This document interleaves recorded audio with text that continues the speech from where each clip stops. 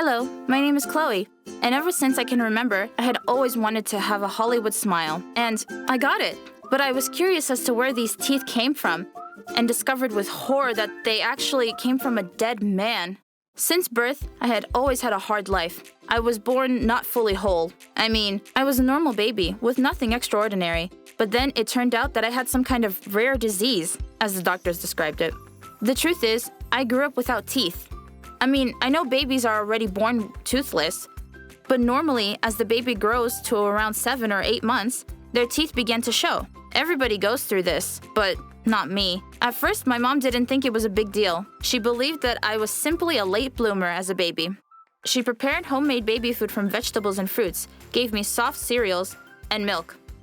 And after my 1-year birthday, I still had no teeth. I couldn't talk properly because of this, only making baby sounds. And 6 months after that, my mom finally began to suspect that something was wrong. She took me to the hospital, where the doctors diagnosed my condition as tooth pathology. My mom was shocked to discover this. She was really worried then, but my dad reassured her, promising that he would find any way to fix my tooth problem. After my 4th birthday, my parents flew me to a country known for its good dentists.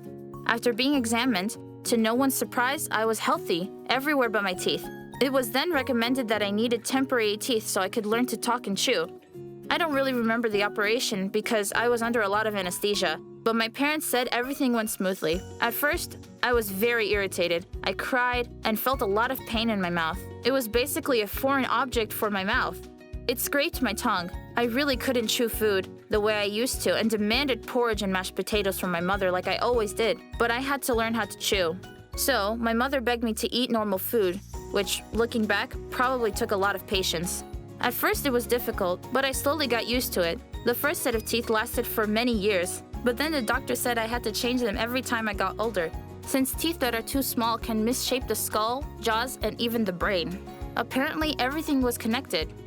It's funny, I grew up so fast, just as my parents were finished getting me a new set of teeth. Soon enough, they'd have to get me another operation.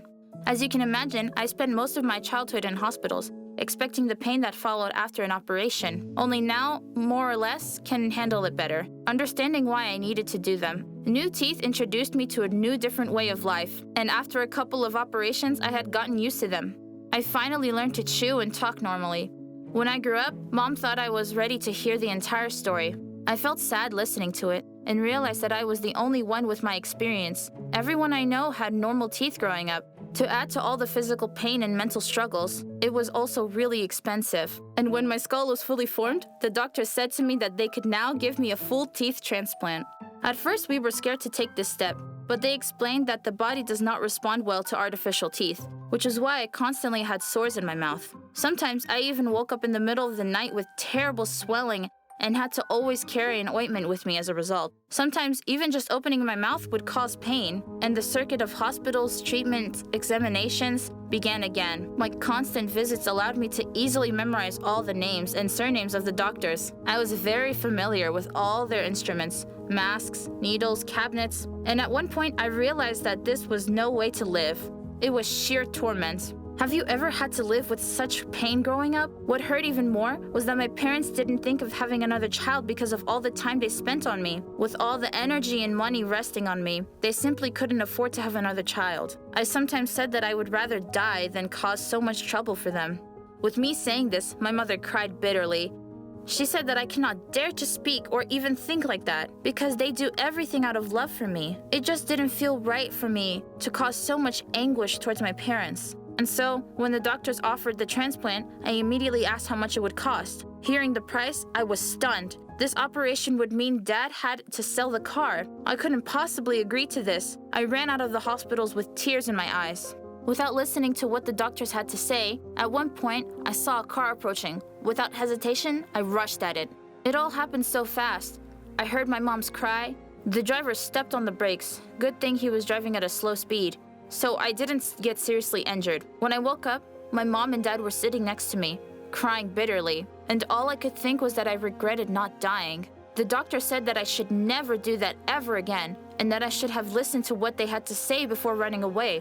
Mom was deeply affected, and she made me promise that I would never try to commit suicide. I suddenly looked at my mom and dad, saw how incredibly worried they were, and realized that if I was gone, they would be left alone because of me. How could I be so cruel to them? The operation was terribly expensive, but my mom and dad agreed, and so did I. The doctor even promised to lower the price. Before the transplant, I had to go through a bunch of tests again. The operation was going to be in a private hospital, and they were going to perform this kind of operation for the first time, so it was almost like an experiment for them, which didn't make me any more confident. You know what? Even though I had been through all the pain, all the post-surgical rehabilitation periods, long recoveries, the anesthesia and IVs, I was still very worried about my operation. I hoped that I would fall asleep and never wake up. Then it would be much easier. And so, there I am on the operating table, the doctor standing above me, asking me to count to 10. And so I did.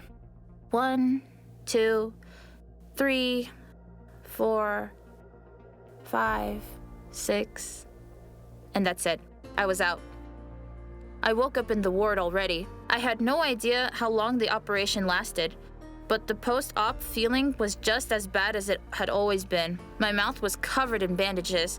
I wanted to drink and talk, but I couldn't. I saw a nurse in front of me, and she called my parents. My mom, as always, came in with tears in her eyes. My father seemed glad. They said the operation was successful, and I finally had real teeth. I drank some water through a straw. I fell asleep again. I was in the hospital for a really long time. Probably more than 3 weeks. Thankfully, I could now talk, eat, drink all by myself. I admired my teeth with every chance I got in the mirror, felt them with my tongue, even brushed them. I mean, I was still in pain, but I knew it was temporary. The night before I could discharge, I drank warm water in the dining hall.